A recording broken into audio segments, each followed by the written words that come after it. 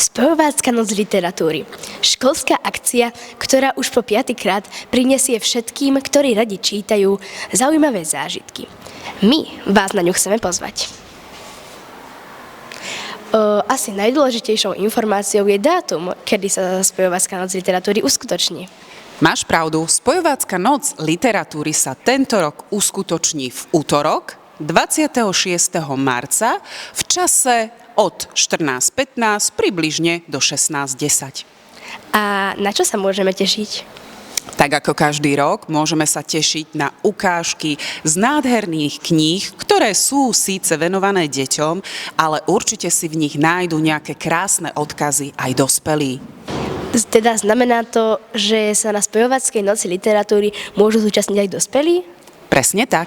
Nielen deti, ale aj dospelí. Učitelia, rodičia, starí rodičia, starší súrodenci, ale aj susedia, známi, jednoducho každý, kto má rád čítanie a kto si rád vypočuje nejaké veľmi príjemné ukážky. Ako sa vlastne celá táto Spevovácka noc literatúry prebieha? Prebieha asi tak, že všetko sa odohráva celé to čítanie v priestoroch našej školy.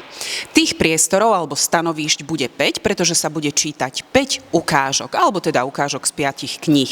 Čítanie bude prebiehať v 15-minútových intervaloch, čiže každé čítanie bude trvať približne 15 minút, po ktorom bude nasledovať 10-minútová prestávka.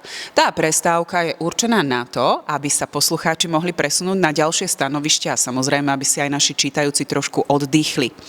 Ak chcete stihnúť všetkých 5 čítaní, je potrebné, aby ste prišli hneď na začiatok Spevováckej noci literatúry, čiže na prvé čítanie, ktoré začína 14:15. Ak sa vám však nepodarí prísť práve v tento čas a môžete prísť len neskôr, nič sa nedeje. Naši spolupracovníci, ktorí budú pri vchode do školy, vám ochotne radi poradia, kam máte ísť, kadiaľ sa vydať, ale vtedy už nestihnete všetky tie čítania.